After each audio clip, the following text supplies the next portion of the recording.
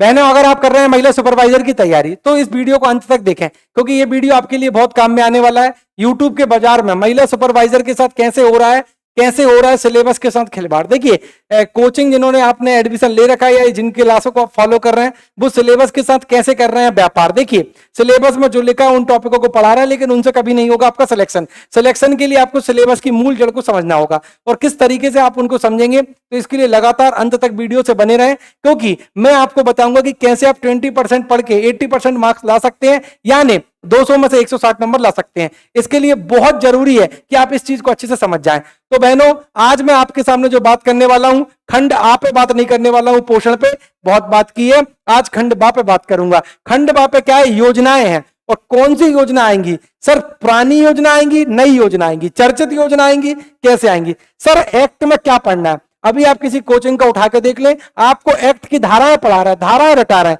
धाराएं पढ़नी है, किस हद तक पढ़नी है, हमें पढ़ने की एक लिमिट पता होनी चाहिए। हम इस तरीके की इस तैयारी के समुद्र में अगर डूब भी जाएंगे ना, तो खो जाएंगे, एग्जाम नहीं निकाल पाएंगे। चलिए, तो बहनों, इस चीज को समझने के लिए कैसे आप करेंगे, एक बार आप इस वीडियो को देखें, आप समझ जाएंगे। खंड बा पे बात करेंगे हम, द्वितीय खंड पे। यहां पर आप देख लें, द्वितीय खंड का नाम क्या दिया है, सिलेबस के अकॉर्डिंग अगर आप समझेंगे तो आपको समझ में आएगा। द्वितीय खंड का नाम दिया यहां पर नाम दिया है सामान्य ज्ञान व तर्क शक्ति। क्लियर है? सामान्य ज्ञान मतलब यहां जो पढ़ने का लेवल है आपका, सामान्य ज्ञान स्तर से हो। क्लियर है? इसको आपको समझ, जबकि जो खंड आ है उसमें जो पोषण का स्तर है वो थोड़ा डीप स्तर है, यहां पे आपको समझनी है। और कौन सी योजनाएं आएंगी, कैसे आपको पढ़ना है, इसको देखना है। महिला एवं बाल विकास विभाग की योजनाएं, सिलेबस में सिर्फ इतना ही लिखा है, इतने से काम नहीं होगा बहनों, इतने से सिलेक्शन नहीं होगा। यहां पर केंद्र की योजनाएं आपको अलग करनी है, राज्य की योजना अलग करनी है।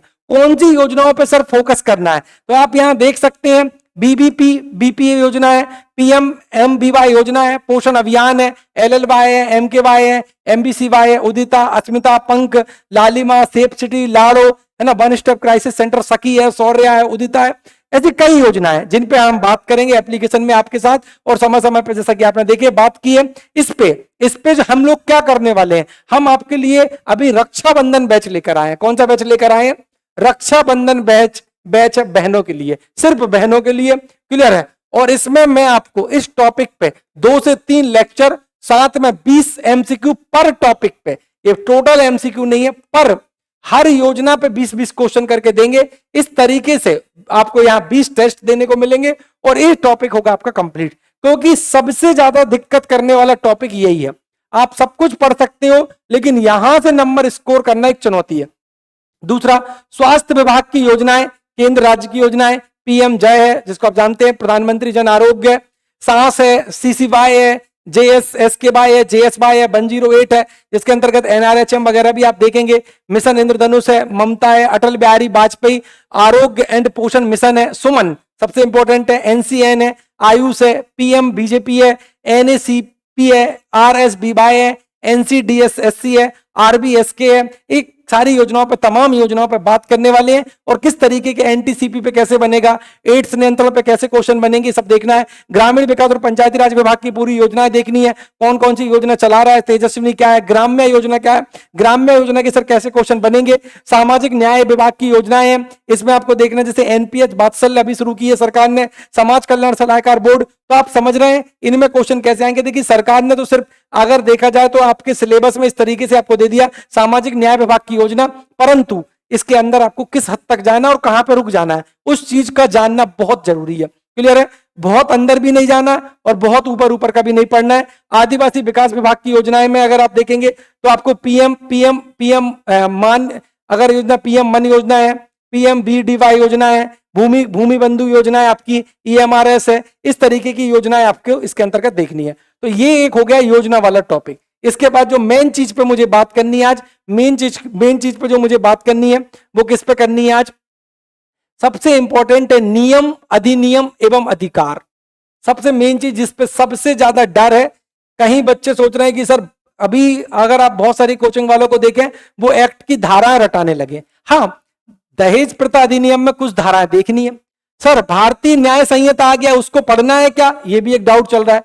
सर, आईपीसी की जगह नया एक्ट आ गया, उसको कितना पढ़ना है? सर, पूरा पढ़ना है? नहीं भैया, पूरा नहीं पढ़ना, उस हद तक पढ़ना जिस हद तक महिला को टारगेट करे वो।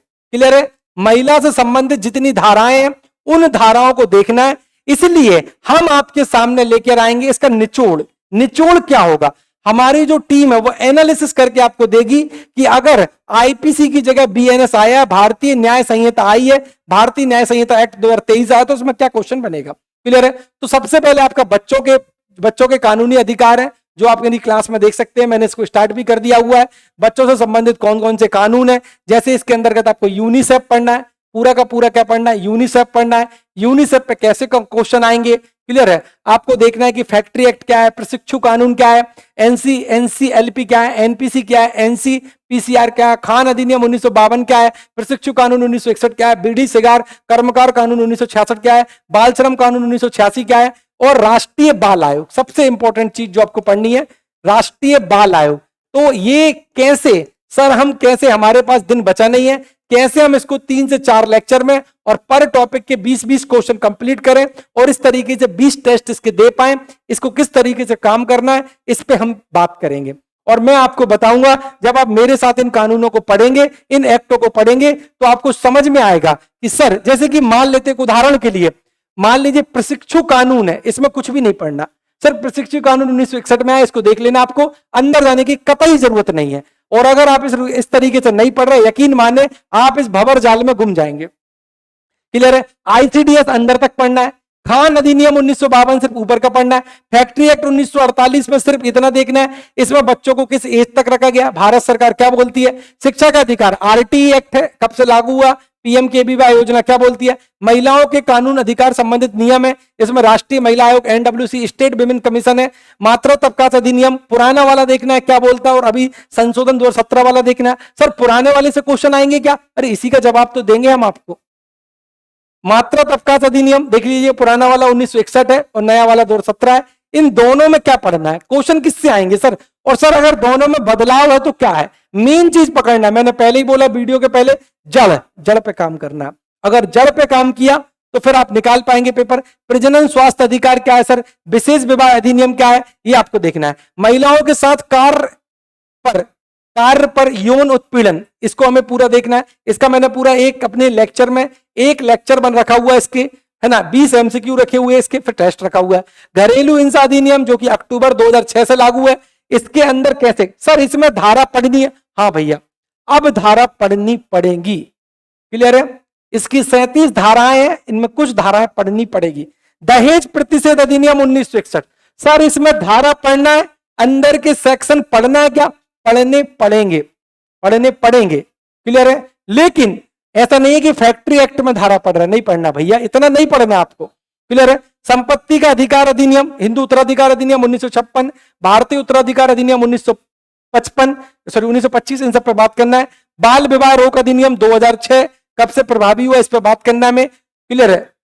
राष्ट्रीय महिला आयोग बाल आयोग पे बात कर ही लेंगे हम। बाल विवाह रोक अधिनियम 2006 है। खाद्य सुरक्षा अधिनियम 2006 है, कब से लागू हुआ, इसको देखना आपको। और अभी जो नया कानून आया, भारतीय न्याय संहिता 2023 और भारतीय साक्ष्य एक्ट 2023, और जो सीआरपीएस सीआरपीसी में बदलाव हुआ, उनको हमें हमारे हद तक, एग्जाम की हद तक के क्वेश्चनों को देखना है। अगर आप इस रणनीति को फॉलो करते हैं, इस तरीके से पढ़ते हैं, टॉपिक वाइज पढ़ते हैं और हर टॉपिक में ध्यान रखते हैं कि किस लेवल का पढ़ना है, ये सब आपको कौन बताएगा यार? ये सब आपको बताएगा परीक्षा पोर्टल। ये सब आपको कौन बताएगा?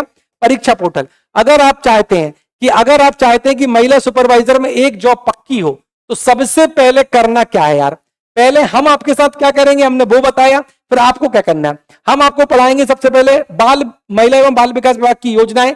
जैसे ही योजना कंप्लीट होंगी, हम उसका पूरा लेक्चर लेंगे। आपका लेक्चर कंप्लीट हो जाएगा तो आपको इस सीट को रखना अपने पास, और लेक्चर कंप्लीट होगा तो इस पे आप टिक कर देंगे कि सब ये वाला टॉपिक कंप्लीट हो गया। फिर हम आपका इसका रिवीजन कराएंगे, एमसीक्यू कराएंगे, रिवीजन कराएंगे, 3 बार टेस्ट लेंगे। अगर ये चारों काम आपके कंप्लीट हो गए और टेस्ट हो गया, तो समझ लीजिए यहां के क्वेश्चन आपसे बनेंगे। सबसे इंपॉर्टेंट है, एक एक टॉपिक से, एक एक योजना से 20-20 क्वेश्चन। क्लियर है? स्वास्थ्य विभाग की योजना है, इस पर सबसे पहले हमारा लेक्चर होगा। जो हमारा लेक्चर प्लान है वो इसी हिसाब से चलेगा। इसके एमसीक्यू होंगे, इसके रिवीजन होगा 3 बार, फिर टेस्ट होगा। ऐसे ही ये क्रम आगे चलेगा। आपको करना क्या है, इस सीट की एक प्रिंट आउट ले लेना, जैसा कि पहले भी बताया हुआ है। इसका भी एक प्रिंट आउट निकाल कर रख लेना। जो जो चीज होते जाए उस पर क्या करते चलेंगे आप, टिक करते चलेंगे। यहां पर मैं ज्यादा समय नहीं लूंगा आपका। चलिए इसके बाद हम यहां पर आते हैं टॉपिक लेक्चर में। यहां अभी जो मैं बात कर रहा हूं आपको कि सर अभी मैं जो आपसे बात ही कर रहा हूं कि अभी मैं जो आपके साथ बात कर रहा हूं कि आपको इन एक्टों में कितने अंदर तक जाना है और किन एक्टों को ऊपर ऊपर का पढ़ना है, किन में सेक्शन पढ़ना है। मैं एक दिन में एक लेक्चर आपको लूंगा, उसका एमसीक्यू करवाऊंगा, उसका रिवीजन करना आपको, फिर टेस्ट देना है। शिक्षा का अधिकार ये चलेगा आपका। किसी किसी टॉपिक में हम 3 से 4 दिन देंगे, किसी टॉपिक में 1 दिन देंगे। इस तरीके का ये पूरा हमारा एक रोड मैप है। अगर आप बिना रोड मैप के इस चीज को फॉलो कर रहे हैं तो आप बहुत ज्यादा प्रॉब्लम में आ जाएंगे। सबसे इंपॉर्टेंट आपको ये देखना है जो महिला पर्यवेक्षक एवं आंगनवाड़ी कार्यकर्ता। अच्छा एक और चीज, सबसे सुनहरा मौका है आंगनवाड़ी कार्यकर्ता का। आंगनवाड़ी कार्यकर्ता फॉर्म नहीं भरेंगी तो फिर जो ग्रेजुएट बहनें हमारी वो इस जॉब को हमेशा की तरह उठा के ले जाएंगी। क्लियर है? तो इस चीज का आपको क्या रखना है, इस चीज को आपको क्या रखना है, पूरे तरीके से ध्यान रखना है। क्लियर है? इसके बाद की भी और चीजों पे हम क्या करेंगे, तैयारी बताते रहेंगे आपको समय समय पे। सबसे इंपॉर्टेंट चीज सर, अब इस बैच से जुड़ने के लिए हम क्या करें, कैसे जुड़े, इस बैच से जुड़ने के लिए हम क्या करें। तो देखिए करना आपको कुछ नहीं है, अभी बहुत शानदार ऑफर है, इससे आपको जुड़ जाना है। किस तरीके से जुड़ जाना है आपको, किस तरीके से आपको जुड़ जाना है ये आप देख लीजिएगा। किस तरीके से आपको इसमें जुड़ जाना है इसको देख लीजिएगा आप एक बार।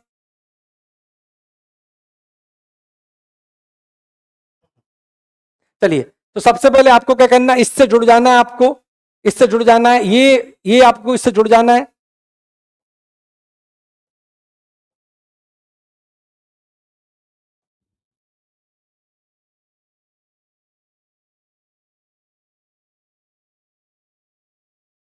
हाँ तो समझ में आ रहा है आपको। सबसे पहले आपको इस पे क्या है, इसके साथ आपको इस पे जुड़ जाना है और इस तरीके से आपको क्या करना है।